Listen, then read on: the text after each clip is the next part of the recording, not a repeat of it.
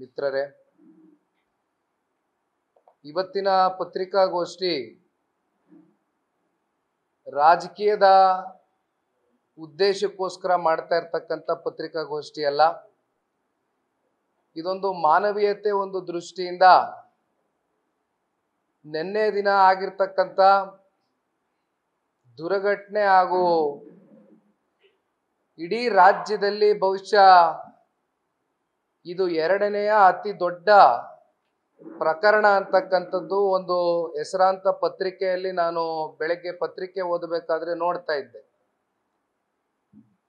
ಮೊನ್ನೆ ದಿನ ಅಹಮದಾಬಾದ್ನಲ್ಲಿ ನಡೆದಂತ IPL ನ ಪಂದ್ಯಾವಳಿ ಫೈನಲ್ ನಲ್ಲಿ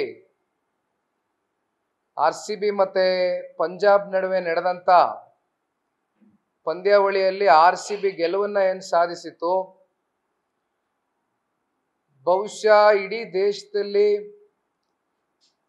RCBಗೆ ಇರ್ತಕ್ಕಂಥ ಅಭಿಮಾನಿಗಳ ಒಂದು ಸಂಖ್ಯೆ ನಾವು ಯಾರು ಕೂಡ ಊಹೆ ಮಾಡ್ಕೊಳ್ಳಿಕ್ಕಾಗೋದಿಲ್ಲ. ಅದಕ್ಕೆ ಬಹುಶಃ ಸಾಕಷ್ಟು ವಿಡಿಯೋಗಳು ನಾವು ಅವತ್ತಿನ ರಾತ್ರಿ ಯಾವ ರೀತಿ ದೊಡ್ಡ ಮಟ್ಟದಲ್ಲಿ ಇಡೀ ಕರ್ನಾಟಕ ಜನತೆ ಒಂದು ಜಯವನ್ನ ಸಂಭ್ರಮಿಸಿತ್ತು ಪಟಾಕಿ ಹೊಡೆಯುವ ಮೂಲಕ ಅಂತಕ್ಕಂಥದ್ದನ್ನ ನಾವೆಲ್ಲ ಗಮನಿಸಿದ್ದೇವೆ.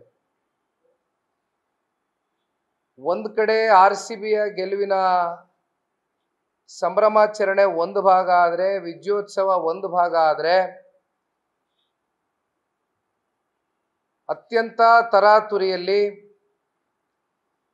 ಯಾತಕ್ಕೋಸ್ಕರ ಈ ಒಂದು ಅರ್ಜೆನ್ಸಿಯನ್ನ ಈ ಸರ್ಕಾರ ತೋರಿಸ್ತು, ನಿನ್ನೆಯ ದಿನವೇ ಇವೆಲ್ಲವನ್ನ ಕೈಗೆತ್ಕೊಂಡು ವ್ಯವಸ್ಥೆಗಳನ್ನ ಸರಿಯಾಗಿ ಮಾಡ್ದಿರ ಯಾವುದೇ ಒಂದು ಸಮನ್ವಯತೆಯ ಒಂದು ಸಮಿತಿಯನ್ನ ಒಂದು ರಚನೆ ಮಾಡಿ ಸರ್ಕಾರ ಹಲವಾರು ವಿವಿಧ ಇಲಾಖೆಗಳ ಜೊತೆಯಲ್ಲಿ ಕೂತು ಬೆಂಗಳೂರಿನ ಟ್ರಾಫಿಕ್ ಪೊಲೀಸ್ ಇರ್ಬೋದು, ಪೊಲೀಸ್ ಕಮಿಷನರ್ ಅವರು ಇರ್ಬೋದು, ಮೆಟ್ರೋ ಇರ್ಬೋದು, ಆಂಬ್ಯುಲೆನ್ಸ್ಗಳಿರ್ಬೋದು, ಸಡನ್ ಆಗಿ ಏನಾದರೂ ಇಂಥ ದುರ್ಘಟನೆಗಳು ನಡೆದಾಗ ಎಮರ್ಜೆನ್ಸಿಗೆ ಯಾವ ರೀತಿ ನೀವು ಕೇರ್ಗಳನ್ನ ತಗೊಳ್ಬೇಕಾಗಿತ್ತು, ಇವೆಲ್ಲವನ್ನ ನೀವು ಪರಿಗಣನೆಗೆ ತಗೊಂಡು ಒಂದು ಕೋಆರ್ಡಿನೇಷನ್ ಕಮಿಟಿಯನ್ನ ಮಾಡಿ 2 ದಿನಗಳ ಕಾಲ ನೀವು ಸಮಯ ತಗೊಂಡಿದ್ರು ಕೂಡ ಈ ಪ್ರಪಂಚ ಏನು ಮುಳುಗ್ತಾ ಇರಲಿಲ್ಲ. ನಾವೆಲ್ಲ ಕಾಯ್ತಾ ಇದ್ವು, ಏನು ತೊಂದರೆ ಇರಲಿಲ್ಲ. ಆದರೆ ಯಾತಕ್ಕೋಸ್ಕರ ತರಾತುರಿಯಲ್ಲಿ ಬಹುಶಃ ನನಗೆ ಬೆಳಗ್ಗೆ ಬಂದಂತ ಮಾಹಿತಿ, ಕೆಂಪೇಗೌಡ ಇಂಟರ್ನ್ಯಾಷನಲ್ ಏರ್ಪೋರ್ಟ್ ಇಂದ ವಿಮಾನದಿಂದ ಅಲ್ಲಿಂದ ಬಂದು ತೆರಳಿ ಪ್ಲೇಯರ್ಸ್ ಏನು ಬರಬೇಕಾಗಿತ್ತು, ಕೊನೆಯ ಕ್ಷಣದಲ್ಲಿ HAL ಏರ್ಪೋರ್ಟ್ ಇಂದ ಬಂದು ಪ್ರೈವೇಟ್ ಫ್ಲೈಟ್ ನಲ್ಲಿ ಬಂದು ಲ್ಯಾಂಡ್ ಆಗಿರ್ತಕ್ಕಂಥದ್ದು. ಬಹುಶಃ ಅಲ್ಲಿಂದ ನಾವು ನೋಡ್ತಕ್ಕಂಥದ್ದಾದ್ರೆ ನಿನ್ನೆ ದಿನ ನನಗೆ ಒಂದು ಅರ್ಥ ಆಗದೆ ಇರ್ತಕ್ಕಂಥ ಸಂಗತಿ ಏನಂದ್ರೆ, ಒಂದು ಕಡೆ ವಿಧಾನಸೌಧದಲ್ಲಿ, ಇನ್ನೊಂದು ಕಡೆ ಚಿನ್ನಸ್ವಾಮಿ ಸ್ಟೇಡಿಯಂ ಅಲ್ಲಿ, ಎರಡು ಕಡೆ ಈ ಸಂಭ್ರಮಾಚರಣೆಯನ್ನ ಇವತ್ತು ಆಚರಣೆ ಮಾಡಬೇಕಾಗಿರ್ತಕ್ಕಂಥ ಅಗತ್ಯತೆ ಏನಿತ್ತು? ಸ್ಟೇಡಿಯಂನಲ್ಲಿ ಕನಿಷ್ಠ ಪಕ್ಷ ನಮಗೂ ನಿಮಗೂ ತಿಳಿದಂಗೆ KCA ಸ್ಟೇಡಿಯಂನಲ್ಲಿ 35ರಿಂದ 40 ಸಾವಿರ ಜನಸಂಖ್ಯೆ ಇಡಿಸ್ತಕ್ಕಂಥ ಸ್ಟೇಡಿಯಂ. ಇಲ್ಲಿ ವಿಧಾನಸೌಧದಲ್ಲಿ ಒಂದ್ ರೀತಿ ಈ ಮಾರುಕಟ್ಟೆಗಳಲ್ಲಿ ಒಂದ್ ರೀತಿ ಬೀದಿ ವ್ಯಾಪಾರಿಗಳ ತರ international player Virat Kohli is representing our country, one of the top most player in international league Virat Kohli ಅವರು. ಯಾವ ರೀತಿ ನೀವು ಅವ್ರಿಗೆ ಸನ್ಮಾನ ಮಾಡಿದ್ರಿ ವಿಧಾನಸೌಧದ ಕಟ್ಟಡದಲ್ಲಿ?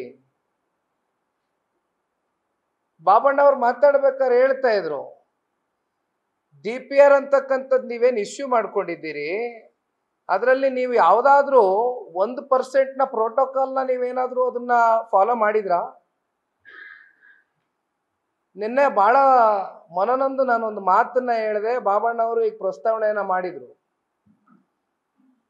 ನಿನ್ನೆ ದಿನ ಏನು ಆ ಒಂದು ವಿಧಾನಸೌಧದ ಕಟ್ಟಡದ ಒಂದು ಮೇಲೆ ನಿಂತಂತವ್ರು ಯಾರು ಅಂದ್ರೆ, ಮಾಧ್ಯಮದ ಕಡತಗಳಲ್ಲಿ ನಿಮ್ಮ ಹತ್ರನೇ ಇದೆ, ನಾನೇನು ಮತ್ತೆ ಅದನ್ನ ಪುನರ್ರಚನೆ ಮಾಡಬೇಕಾಗಿಲ್ಲ.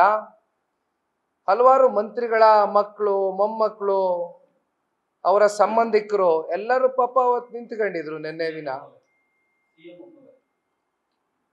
ಆಯ್ತಣ್ಣ, ಅದೇ ತಮ್ಮ ಹತ್ರ ಎಲ್ಲ ಮಾಹಿತಿ ಇದೆ, ತೋರಿಸಿದ್ದೀರಿ, ನಿನ್ನೆ ಮಾಧ್ಯಮದಲ್ಲಿ ನೋಡಿದೀವಿ ನಾವು. ಅವರೆಲ್ಲ ಸುರಕ್ಷಿತವಾಗಿದ್ರಲ್ವಾ, ಅವ್ರಿಗೇನು ಸಮಸ್ಯೆ ಆಗ್ಲಿಕ್ಕಿಲ್ಲ, ಏನು ಆಗ್ಲಿಲ್ಲ. ಆದ್ರೆ ಬಡವ್ರ ಮಕ್ಕಳ ಕತೆ ಏನು? ನ್ಯೂಸ್ ಫಸ್ಟ್ ನಿರ್ಭೀತಿಯಿಂದ ನಿಮ್ಮ ಪರವಾಗಿ.